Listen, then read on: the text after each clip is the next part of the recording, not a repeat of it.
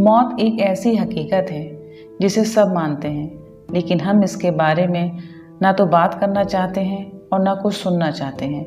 मौत का नाम सुनकर ही हमें डर लगने लगता है, लेकिन हम जितना भी इसे भुलाने की कोशिश करें या इससे भागने की कोशिश करें, मगर ये ज़िंदगी की सबसे कड़वी सच्चाई है। हमारे पास जो ज़िंदगी है वो एक सीमित वक्त तक है। हमें उसे कैसी गुजारनी है ये हमारे ऊपर निर्भर करता है।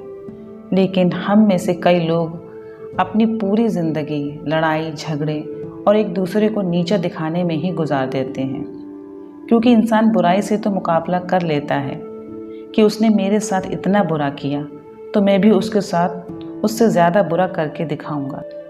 लेकिन अच्छाई से मुकाबला बहुत कम ही लोग कर पाते हैं। हमें ये सोचकर ज़िंदगी गुजारनी चाहिए कि इस दुनिया से हम सिर्फ अपने अच्छे कर्म ही लेकर जाएंगे, बाकी सब कुछ हमारा इस दुनिया में ही रह जाएगा।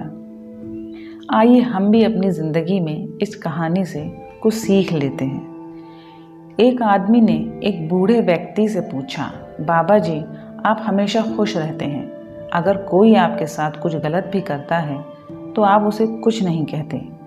मैंने आपको दुखी और उदास कभी नहीं देखा। आप कभी किसी का दिल नहीं दुखाते, किसी के साथ कुछ गलत नहीं करते। ये कैसे मुमकिन है? इसके जवाब में बाबा जी ने कहा, तुम ये सब बातें छोड़ो और मैं तुम्हें एक बुरी खबर सुनाने जा रहा हूँ, तुम उस पर ध्यान दो। उस आदमी ने पूछा, कौन सी बुरी खबर?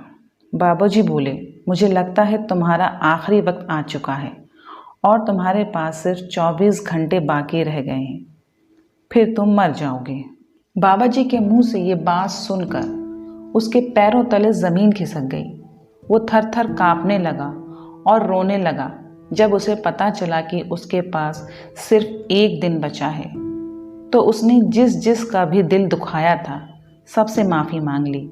अपने घर वालों को प्यार देने लगा, लोगों में चीज़ें बांटने लगा, क्योंकि अब उसके पास बहुत कम समय बचा था। और जिस किसी से वो नाराज़ था या कोई शिकायत थी वो सारी दूर हो गई। अगले दिन बाबा जी उसके घर खुद पहुंच गए और उससे पूछा, बताओ कि कल से लेकर अभी तक तुमने कोई गलत काम किया, किसी से झगड़ा किया, मन में किसी से कोई शिकायत रही, किसी का दिल दुखाया या कोई गुनाह किया? वो आदमी बोला, बाबा जी, मौत मेरे सर पर खड़ी है, मैं किसी के साथ क्या बुरा करूँगा, बल्कि मैंने सबसे माफ़ी मांग ली और सबको माफ़ कर दिया। अब मैं मरने ही वाला हूँ तो ज़िंदगी से मुझे क्या शिकायत हो सकती है? बाबा जी ने कहा, यही तुम्हारे सवाल का जवाब है जो तुमने कल मुझसे पूछा था कि मुझे किसी से कोई शिकायत क्यों नहीं है, मैं उदास क्यों नहीं हूँ, मैं दुखी क्यों नहीं रहता। इन सारी बातों का यही जवाब है कि मैं अपनी मौत को कभी नहीं भूलता।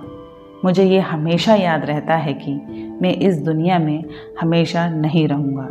मेरे आसपास के लोग, मेरे परिवार के लोग, मेरे दोस्त, मेरे बच्चे, मेरे रिश्तेदार हमेशा मेरे साथ नहीं रहेंगे।